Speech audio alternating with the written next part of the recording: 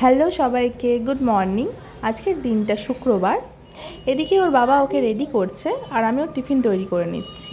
তো আজকে ওকে আমি পাস্তা দেবো বলে ঠিক করেছি। তো তেল গরম হয়ে গেলে আমি তাতে একটু আলু আর একটু পেঁয়াজ অ্যাড করে দিলাম।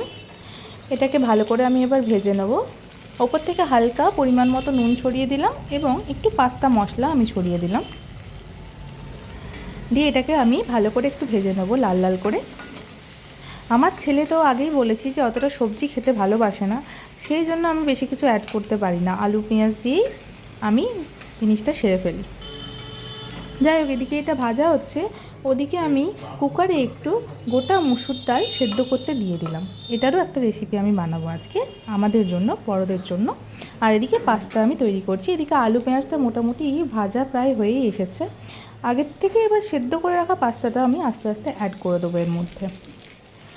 পাস্তা অ্যাড করে আবারও আমি একটু পাস্তা মশলা ছড়িয়ে দিলাম টেস্টের জন্য। এবার এটাকে আমি একটু ভালো করে ভাজবো।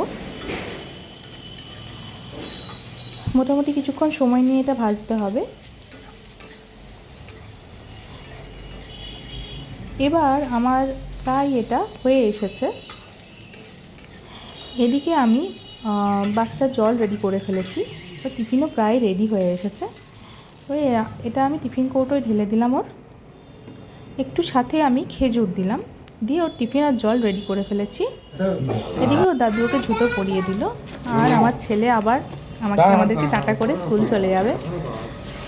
এই দেখো, ঠাকুমার কাছ থেকে এবার বিস্কুটের গোটা প্যাকেটটাই নিয়ে নিয়েছে। আজকে কতটা খাবে আমি জানি না, বাট নিয়ে নিয়েছে।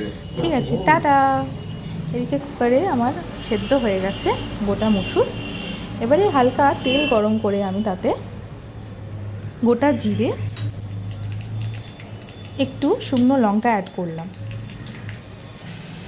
গরম হয়ে এলে আমি এটার মধ্যে আমার সেদ্ধ করে রাখা মুসুর ডালটা দিয়ে ফেললাম।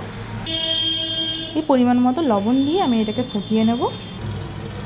ফোটানো হয়ে গেলে একটা বাটিতে ঢেলে তার মধ্যে আমি একটু সেও, একটু শসা কুচি, লঙ্কা কুচি অ্যাড করলাম তাতে।